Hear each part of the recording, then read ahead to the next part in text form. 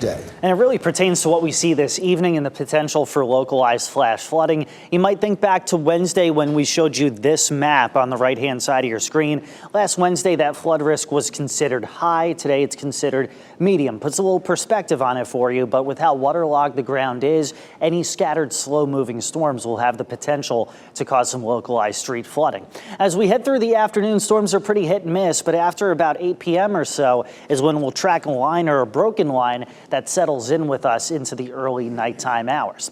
Meanwhile, as we head into the tropics, this is new this morning, a 30% chance of development along the Gulf Coast. That is going to stay down that way because there's no real wind or pattern that picks it up and brings it in our direction, so it meanders down that way.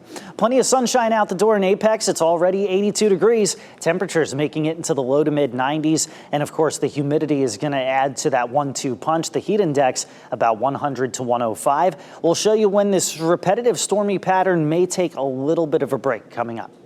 Goodness. And we're dealing with the heat today. We're also dealing with some rain. It's a WRAL Weather Alert Day. Let's get over to meteorologist Chris Michaels to walk us through what we can expect with this WRAL Weather Alert Day. So the main reason why we issued it is this medium risk for flash flooding. And you see that in the yellow. In the red at the top of the screen, that's that higher risk, similar to what we saw last Wednesday. And that's up toward the nation's capital, up into New Jersey. But here, the localized flood threat is going to be more as we head into the evening. Let's show you what's causing that. You've got a disturbance near the coast and a cold front coming in from the west. So in between the two this afternoon, you'll get some pop-up showers and storms. Could briefly drop some very heavy rain and some gusty wind. But what we'll mainly have to watch out for is here around 8 p.m. You see how there's kind of a cluster or a line of showers and storms that slowly moves through. So this is after sunset and even after midnight. Again, you see how the air's getting squeezed in between these two disturbances, and so it just kind of wrings out the moisture like a wet towel. And then as you head into first thing tomorrow morning, maybe about a 20% rain chance for you.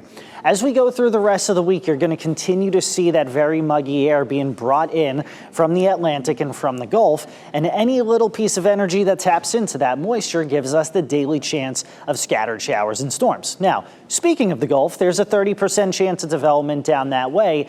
I'm not expecting a direct impact, right? Like Chantal moved into the area. Not expecting that.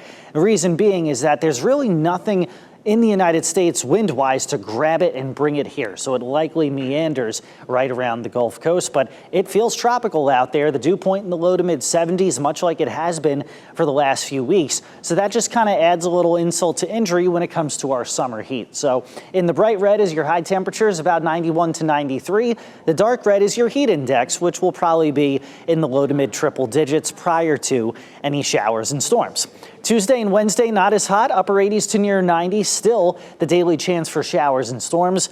As we go toward the tail end of the week and into the weekend, showers and storms turn a little less numerous, giving temperatures the opportunity to rise a little bit more. We'll be in the mid 90s heading into the weekend.